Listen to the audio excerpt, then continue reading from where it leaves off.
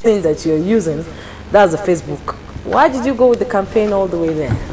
We are of the internet generation. We are of the Obama generation. Obama generated a lot of goodwill, a lot of buzz through the Facebook. You actually, my friend, on Facebook, yes. So also are quite a number of people here. So Facebook is actually a medium for reaching out to the mass of the people. We are in the digital age, we are in the computer age, and we have to use all platforms. We have to be very pragmatic in reaching out to the people. And it's yielding a lot of results.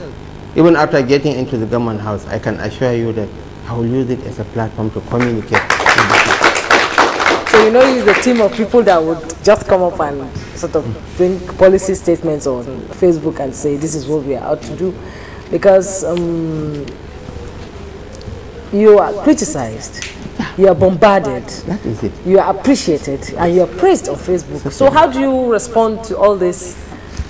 We should have the capacity, actually, the large-heartedness to accept and appreciate genuine criticism, because no one is an island unto himself. No one has the monopoly of wisdom or of intellect. So we should be humble enough to accept reprimands from our people. And honestly, it's an interesting platform. I have gotten a lot of insights, genuine pieces of advice, and actually some were born out of malice, but it's still part of the game. You should have the heart to accept the good, the bad, and the ugly. Still you're socializing. You've been going on tours to prisons and hospitals. You've been seeing patients and prisoners.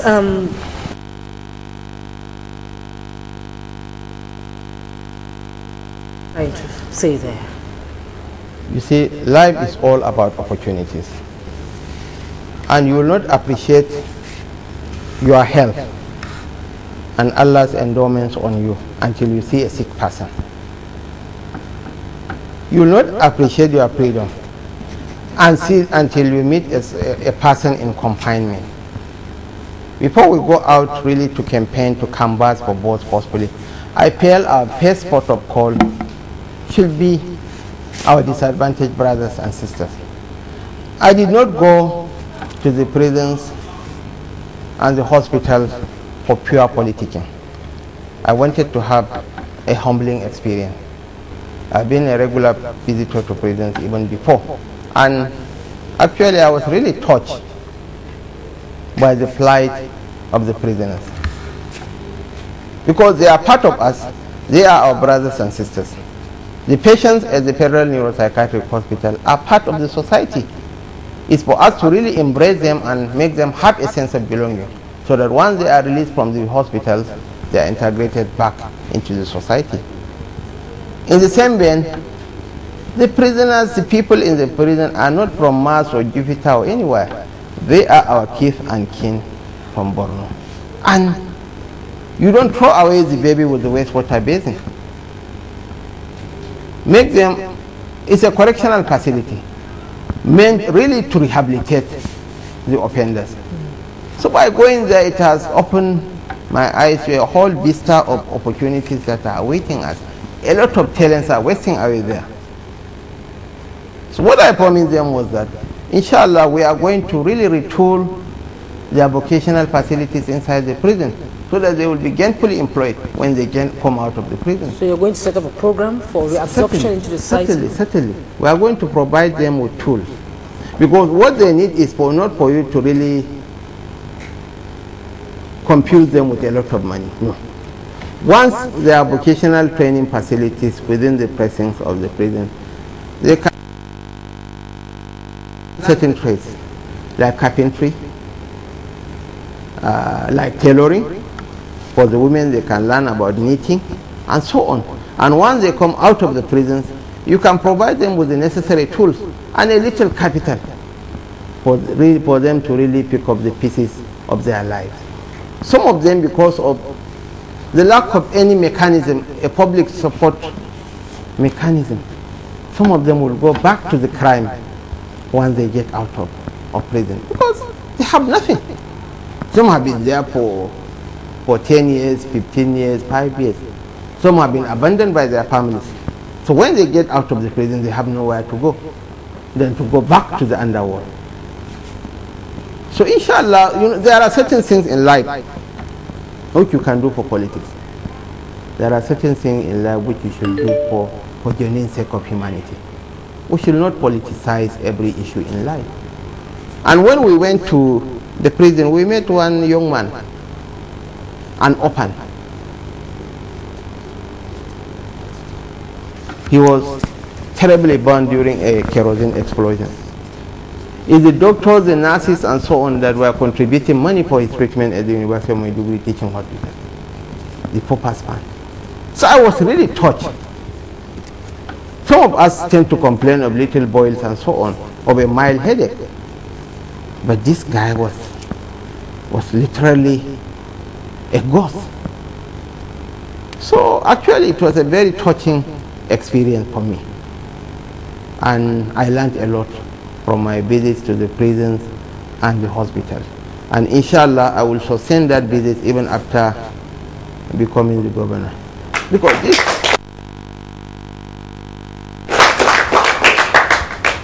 power is the ultimate aphrodisiac. If you do not manage it well, it will create more problems for you than benefits. So going to such places will show you the humanity in you, that you are not in any way better than your other contemporaries. You just happen to be placed among equals.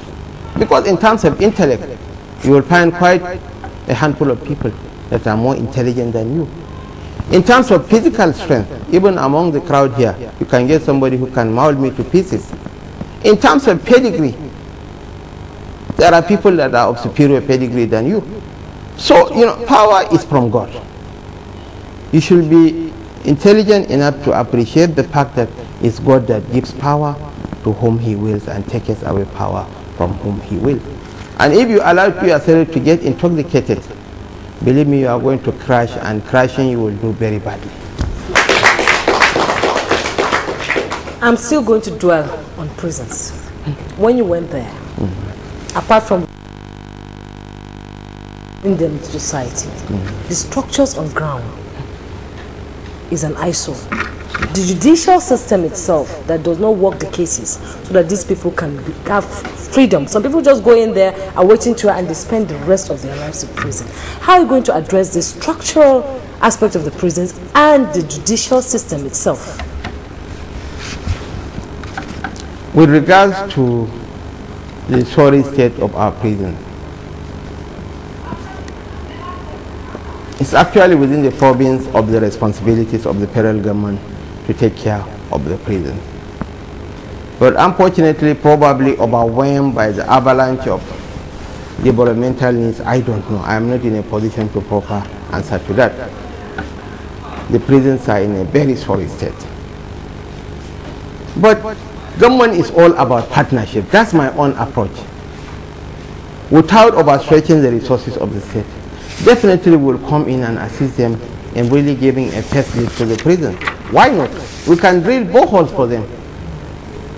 We can supplement the feedings that they are given to the prison. We can provide them with sporting facilities, with vocational and skills training facilities. And on the issue of the judiciary, I don't want to make pronouncements that I am not sufficiently briefed to do or enlightened to do. But on the issue of their pending files, we'll find a solution to it. If it means modernizing the judicial system, which actually has been started about 2 years ago on computerizing and so on, we can pursue it. Along the way, if it requires building new magistrate courts and so on, why not? Because, justice denied is injustice in itself. How can you keep somebody on awaiting trial for 2 years, for 3 years? It's the height of injustice. And our judicial system is so much skewed that a rich criminal can buy his way through. All you need to do is to get a very expensive lawyer who can argue your case. You know, but the poor man will rot away in prison. I've seen cases of people being jailed 5 years, 7 years for stealing a goat. And some people will steal billions and get a mild, you know, reprimand. Well, last note, sir, what message do you have for your supporters out there?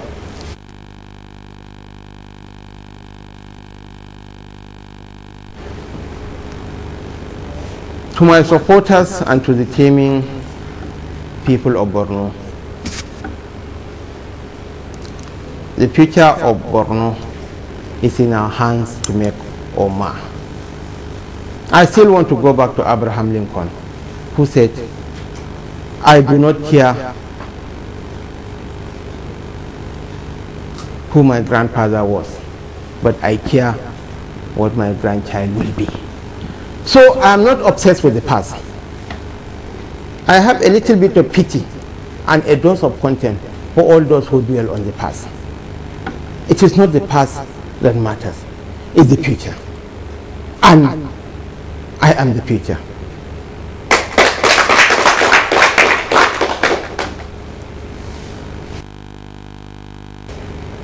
I do not want to descend to the level of name calling. Governor Goni is an elder of Borno, whom I hold in very high esteem. I do not want to descend to name calling on or pouring insults on him. But frankly speaking, I was a secondary school student when Goni went to our school. 32 years ago, the Gobe is yet to come. Goni, 32 years ago at the age of 37, is different from a 70-year-old man at the twilight of his career. I do not think, I do not believe, and most people do not believe, that our father, our elder, our grandfather, Baba Goni, is sufficiently equipped to really handle the nuances, the complexities, and the demands of an E-driven world.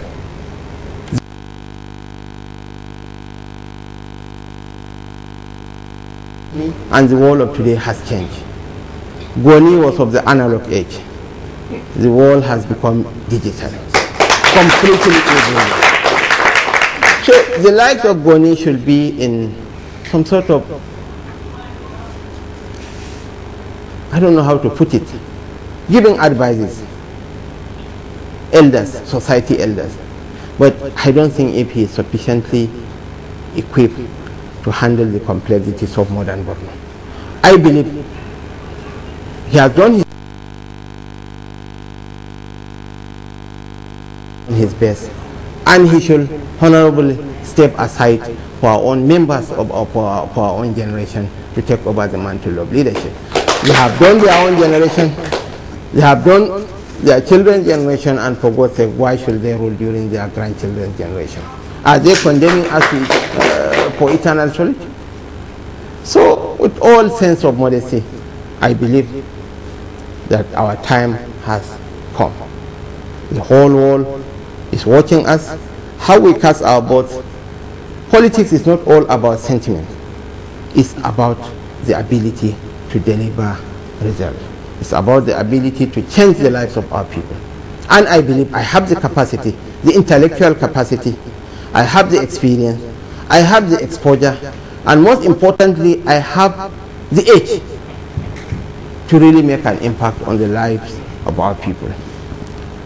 I want to implore on the good people of Borno. I would like to beseech on you to vote wisely and vote for a member of your generation, for a young man, a middle-aged man who is with you, who will appreciate your problems, your challenges, and who will find solutions to those problems and challenges. Yes, we can. Thank you. And on that note, we thank you very much for coming on My Political Diary. It's been a pleasure having you. I also thank my audience.